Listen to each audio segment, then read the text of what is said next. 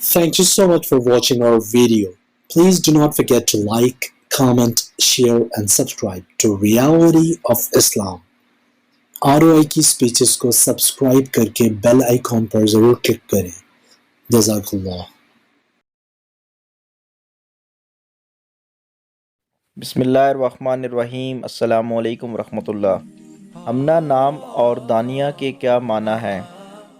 حمنہ ایک صحابیہ کا نام ہے جو آپ صلی اللہ علیہ وآلہ وسلم کی زوجہ حضرت زینب رضی اللہ تعالیٰ عنہ کی بہن تھیں، اور صحابہ کرام رضوان اللہ علیہم اجمعین کے نام پر نام رکھنے میں صرف نسبت کافی ہوتی ہے.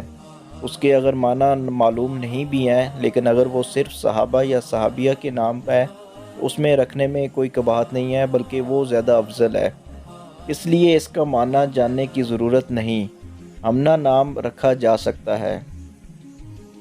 نمبر 2، دانیہ کے معنی عرب لغت میں قریب، نزدیک اور جھکنے والی کے ہیں.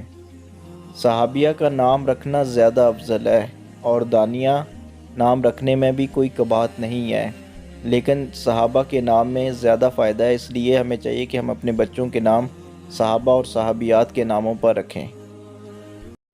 Thank you so much for watching our video. Please do not forget to like, comment, share and subscribe to Reality of Islam. ROI کی سپیچز کو سبسکرائب کر کے بیل آئیکن پر ضرور کلک کریں. جزاک اللہ.